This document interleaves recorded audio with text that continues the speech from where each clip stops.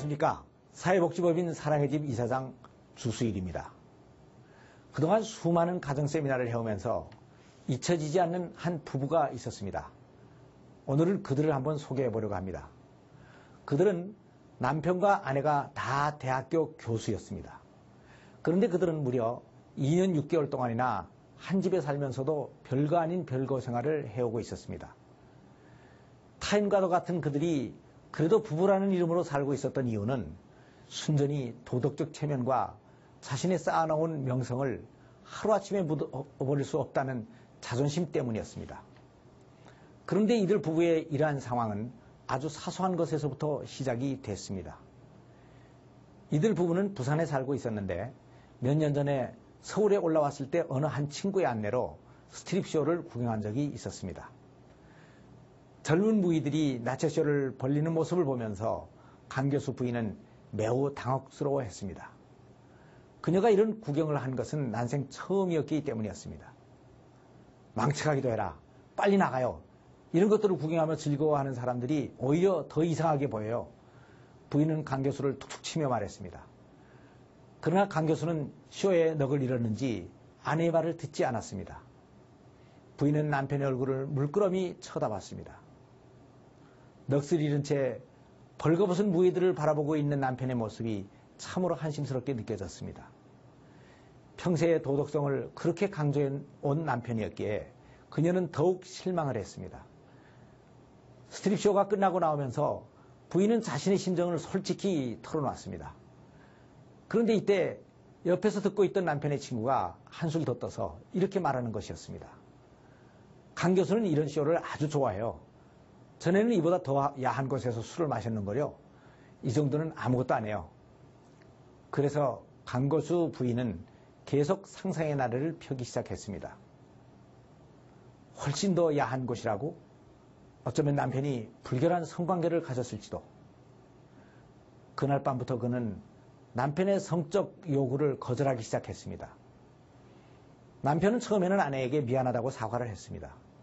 그러나 한번 다쳐버린 아내의 마음문은 좀처럼 열릴 줄을 몰랐습니다. 그런데 이런 상황과는 또 별개로 강 교수는 늘 성적 충동을 느껴야 했고 그래서 아내에게 접근을 하면 그럴 때마다 거부를 당했습니다. 3개월이 흘렀습니다. 그래도 나름대로는 성실하고 정직하게 살아왔던 강 교수는 은근히 화가 났습니다. 그래서 내가 그걸 못하면 못 사는 짐승인 줄 아나? 자기가 먼저 오기 전까지는 절대로 관계를 하지 않을 거야. 자기도 인간인데 언젠가는 욕망을 느끼겠지.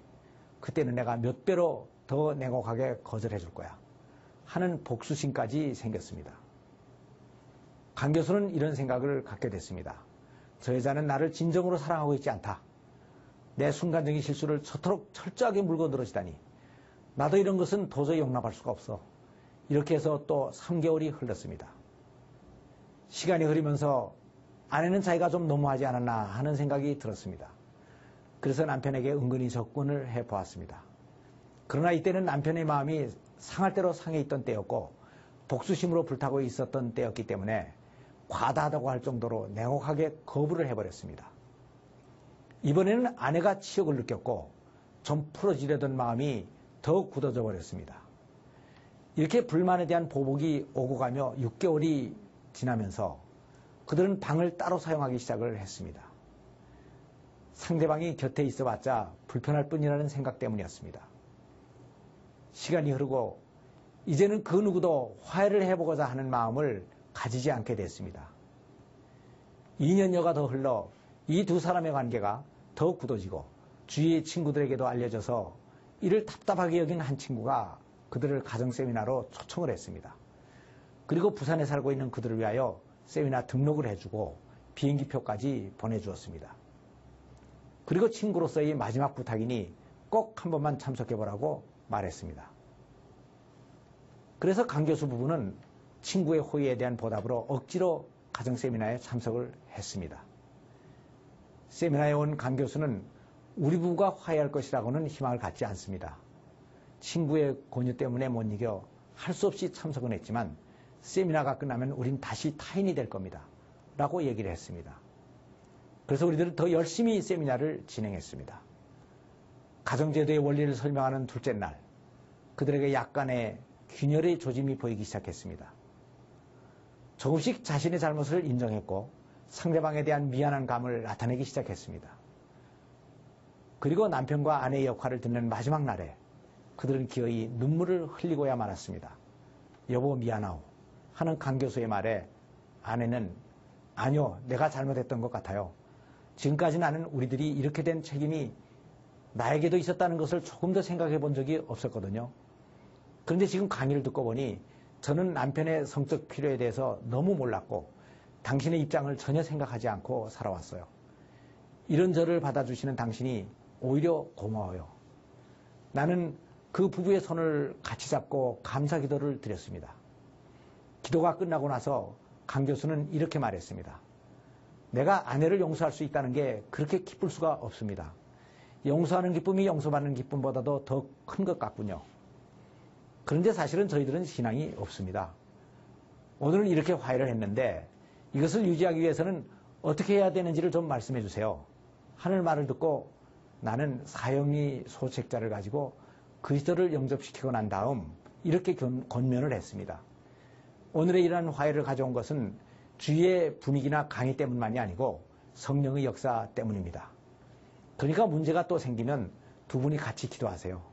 그리고 가까운 좋은 교회를 택하여 등록을 하시고 주일 예배로만 만족하지 마시고 반드시 주 1회 정도 성경 공부를 하며 성도의 교제를 가지세요. 그러면 지금 이 문제를 해결한 정도가 아니고 훨씬 더 행복한 가정생활을 유지할 수 있게 될 것입니다.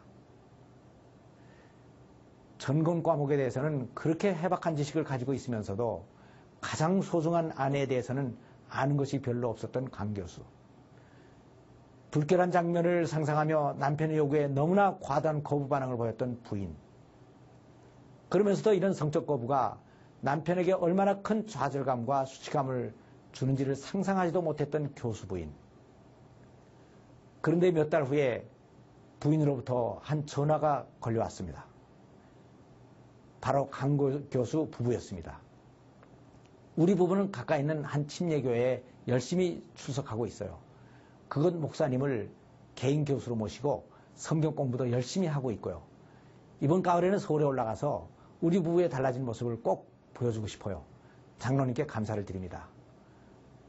강 교수 부인의 목소리는 마치 소녀처럼 흥분되어 있었습니다. 고린도전서 7장을 보면 이런 말씀이 있습니다. 남편은 그 아내에 대한 의무를 다하고 아내도 그 남편에게 그렇게 할지라. 아내가 자기 몸을 주장하지 못하고 오직 그 남편이 하며 남편도 이와 같이 자기 몸을 주장하지 못하고 아내가 하나니 서로 분방하지 말라. 이는 너희의 절제 못함을 인하여 사탄으로 너희를 시험하지 못하게 하려 함이라. 감사합니다.